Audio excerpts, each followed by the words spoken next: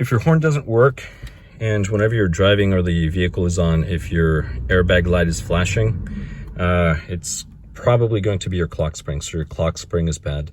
This is a 1994 F-150 Flareside. And the way that it works is the following. You're going to have to remove a few bits. You will have to remove this panel down here. So you just need a 7mm over there, and then it's just clipped on here. So remove it carefully, just pull on it out. And you're going to need to remove this in order to access two of the pigtails that are connected down there regarding the clock spring. Now there's going to be 4 screws holding this plastic panel. 3 of them are underneath, 1 and then 2 on this side, and then the other one's right here on the side. So once you remove this panel, you'll have access to this one that goes on the side. Then there's another hole right in here. You're going to stick a pin or something that goes in there, and that's going to release this guy, but you need the key. So you put in the key, you press that in, and then you turn the key, and this thing will slide out. And the reason why you need to slide this out is you need to remove this piece of plastic here. You also need to remove this so that you can reconnect a part that goes, one of the clock spring connectors that goes in here. That's the reason why. Or else you're going to break something. Now, the airbag. The airbag is pretty easy. Before you do anything, make sure you disconnect the battery. Disconnect ground first, and then the positive. You're going to need a 1/2-inch wrench for that. You're going to need a 10mm, and there's 4 nuts that you're going to remove. 1, 2, and then 2 on the other side of the steering wheel. Once you remove those 2 nuts, this will come out. So this is the airbag. The airbag will come out, and you disconnect the yellow. So the yellow pigtail, that's the airbag. Disconnect that. Place the airbag to the side. Then there's going to be another pigtail, a black one, on the left side. Disconnect that. That's for everything else, your horn, accessories, everything else. Once you do that, 10mm bolt in the center, remove that, and then you get to remove the steering wheel. In order to remove the steering wheel, you do not need special tools. Just grab it firmly from both sides with both hands, and then as you grab it, just kind of wiggle the steering wheel and shake it as you're pulling out. So you're sort of doing the pulling motion as you're wiggling. Steering wheel will come right out. All right, now you have the steering wheel out. Remove these plastics in the back, as I said. And once you do that, you want to go down, disconnect the 2 pigtails, and then clip them off. So you will have to pry them out because there's they have these little clips, so they clip down the bottom. Then there's going to be a connection here, something connected. You're going to clip that off as well. This will be out, so you just slide it out. If you do not remove this, you're going to break it. There's going to be a piece in there. No big deal. Once you take this out, you can just fish that little thing out. Then there's going to be 3 Torx screws holding the clock spring. Remove those. You're going to need a 20 Torx, and then the clock spring will come out. Oh, on a quick note, I forgot, you also have to remove the tilt. If you have a tilt, you just spin this. So if you just spin it left, it'll remove, and then you can screw it back on to go right. When you install the new one, there's some instructions I have to give you about it. So I'm going to switch over to that, and then in order to put everything back together, you just do everything in reverse order. You put the clock spring, right? You put the switch, etc. Just do everything in reverse order. So let me switch over to the clock spring. And this is what a clock spring looks like. This is the old clock spring that I removed. This is the box the new one had come in. All right, so clock spring, what it does. All right, so you see these brass bushings? There's 1, 2, and 3. Now this would sit in your steering wheel like this, roughly.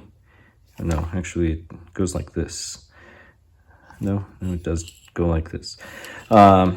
Anyway, you will see there's only one way of installing this correctly.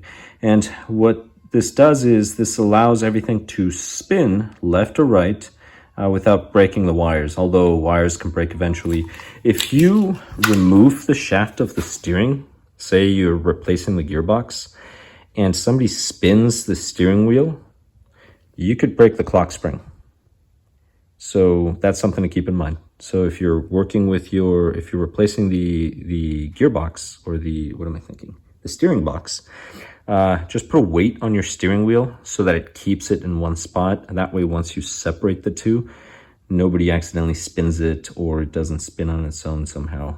Keep that in mind. Because what you could do is, say the wheel spins one way and then you install everything, you go to drive it and then you spin it that way. Maybe you'll run out of spins. I have no idea at this point, but keep that in mind. Now, the clock spring will come like this with this piece right here. And I purposely put this just to demonstrate this. What you need to do is leave this on until you install it. Once you install it, you're going to just put this in. So see, this is what it looks like. Remember those flat parts on the shaft that I mentioned? So flat, and that's how you know. So this will go in there. Once you install it, put it in place. And before it goes all the way in, as you're installing it, this will pop out. So you do not have to remove these screws. These screws are just for tension. And then this will pop out, and then you can finish pressing this in. So you see these little clips, so the screws are just there for tension. You do not have to remove those.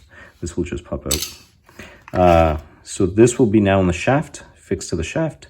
And these, go ahead and screw them right away. So go ahead and install the torque screws, which is a 20 Torx.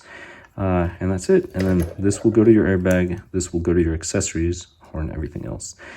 So what does this do? Well, this is what it does. This thing spins, right? And this is the old one, the bad one. This is why I don't care. But this will just spin, and you just have to be careful. Because this is what allows everything to spin, so you can still get power to your accessories, like your horn, your airbag, something important. Now these tail ends, these are the ends that you are disconnecting from under the dash. So see, they're clipped on, they're clipped on. And the one thing that I forgot to mention is, so I mentioned these two, but I forgot on the back end, this little guy, this is what goes to the ignition switch. So in order to uninstall this, you just slide it to the right. That's it, it just slides off. And then to install the new one, you just slide the new one in reverse. So just slide it to the left and it goes in there. So see, it sort of has the shape. No, not sort of, it has the shape of where the ignition switch goes. That's it. So if your airbag light keeps flashing, horn doesn't work, it's your clock spring. This job should really take about 20 minutes. For me, it took me a little longer because I was trying to film it twice, so I could do this in Spanish and in English, and I was trying to record at the same time, and then I gave up on it because I also kept dropping the camera. So you're going to see it's going to get dark. But anyway, when you place the clock spring, as soon as you put these torque screws in, you're good, because the center of the clock spring is held by the shaft, and then the outer part of the clock spring is held by the column. So as soon as you put one of these Torx, remember this is a T20, you can remove that centerpiece, that little tripod thing that's bracing everything together, because you won't need it anymore. And then just make sure everything is connected. So that's that little brown piece. You're going to remove that piece of plastic that's just a black little cover. You don't need it, and then it just clips on. So you'll hear a little click once it's on. But you just slide it, and then the ignition switch would go right over. Just make sure you put the plastic, the little bezel thing, before you slide the ignition switch in there. But that's it.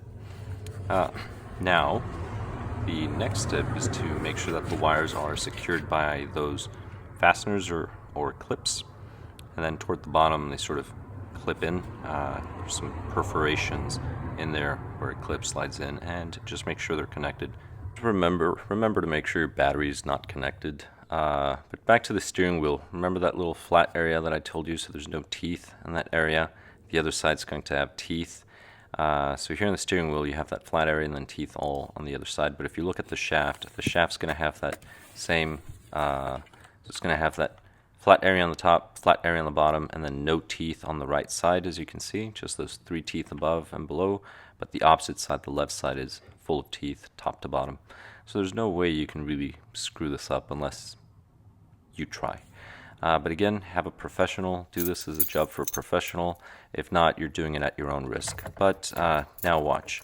As soon as I turn the key ignition to the on position, the airbag light comes on. Once I engage the engine, the light should go off and then come back on after a few seconds while it performs its check. And once it's done checking, it'll disengage the airbag light and it should stay off. Don't mind the oil pressure gauge. I know the vehicle is on, but it reads really off to the side. Oil pressure's fine. I need to fix it. I need to find a new one to replace it or fix it somehow. It somehow got pushed up. I guess in a bump or something it bumped up. But anyway, it's now working. It is now working perfectly fine. So I've actually put over 300 miles on this truck since I replaced it, and I've had no problems. So I hope this was useful. Thank you very much for watching, and I'll catch you in the next one.